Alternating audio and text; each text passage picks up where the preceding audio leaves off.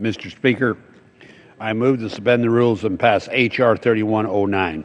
The clerk will report the title of the bill.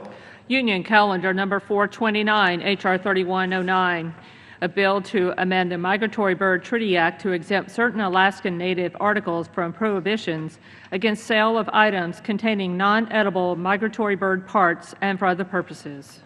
Pursuant to the rule, the gentleman from Alaska, Mr. Young, and the gentleman from California, Mr. Lowenthal, each will control 20 minutes.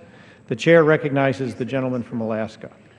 Mr. Speaker, I ask the United Senate all members may have 5 legislative days to revive and extend their remarks and exclude extraneous material on the bill under consideration. Without objection.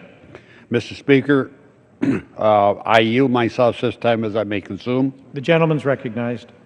Mr. Speaker, since 1918, the United States has signed 4 migratory bird treaties with Canada, Mexico, Japan, Russia, and in 1997, the Canadian and Mexican treaties were revived to allow Alaskan natives to harvest for subsistence use protected migratory birds during the so-called closed season.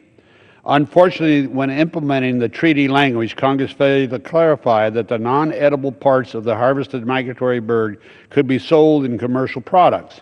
As a result, what we have today is a bizarre policy that allows Alaskan natives to hunt, kill, consume, and also use non-edible parts and handicraft items, but prohibits them from selling these handicrafts. Until recently, this policy has not been enforced. However, the Fish and Wildlife Service has now decided to cite Alaska Native artists who use migratory bird feathers and a variety of items, including hats, fans, and hunting arrows. It's not illegal to simply throw away these non-edible migratory bird parts. According to Ms. Pata, the vice chairman of the Sea Alaska Corporation, there are less than 500 traditional artists and a such fewer number that use non-edible parts of migratory birds. In her testimony, she noted that this legislation parallels the existing exemption in the Marine Mammal Protection Act, that all we are asking is to be able to begin helping ourselves in a very small way by providing a modest income to severely impoverished communities through a traditional means.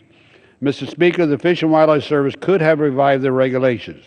They could have worked with the Alaska Migratory Bird Co-Management Council, and they could have continued to utilize their law enforcement discretion. In each case, they chose not to. Instead, they decided to penalize the native Alaskan artists who use raven and flicker feathers gathered from road-killed animals. This is misguided and wrong policy.